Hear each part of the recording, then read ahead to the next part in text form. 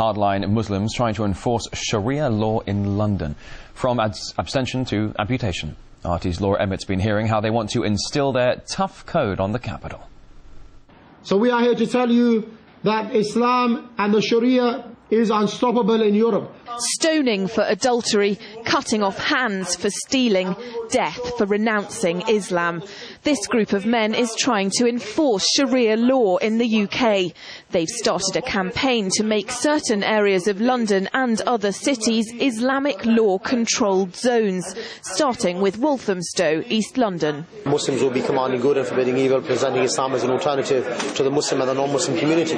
Ultimately, we believe that Muslims can live together, trade according to the Sharia, resolve their problems according to the Sharia, and even police themselves to a large extent. Hopefully one day to have Islamic Emirates which will have authority locally, security locally, and even provide welfare locally. Chowdhury and his friends are fly-posting parts of London with large Muslim populations. They want to ban drinking, gambling and playing music. And they say they've got bands of young men ready to patrol and enforce Sharia law by any means. Now, that enforcement will not initially be on the level of inviting and forbidding verbally. But if someone has the capability to forbid what in essentially is something evil, like pornography or prostitution, he should do so. And by that you mean physically? Of course, I believe that prostitutes that are near the mosque, they should be run out of the area. These Muslims say British society is broken, riddled with drugs, crime and prostitution. Because of that, they firmly believe members of the communities they're targeting will welcome Sharia law. But the word on the street about the campaign tells a different story. It comes down to, if you don't like the laws of the place you live, find somewhere where you do appreciate the laws, and all of these things are completely legal in this country. This is not India or Pakistan, this is England. We've got our own laws. So people haven't got a right to come in here and bring their laws in here. Well, I think that would cause nothing but trouble.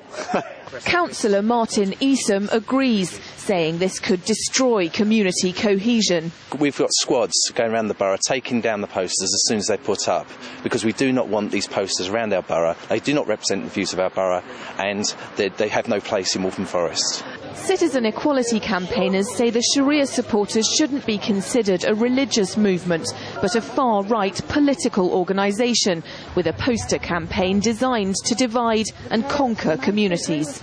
The danger lies in dividing people, dividing communities, creating mistrust, and particularly from non-Muslims towards moderate Muslims. I think this is part of their aim, is to create mistrust. So they can then turn to moderate Muslims and say, look, everyone hates you, we're your friend, turn to us. And it's a very, very dangerous thing, and it's a political tactic to increase their own power.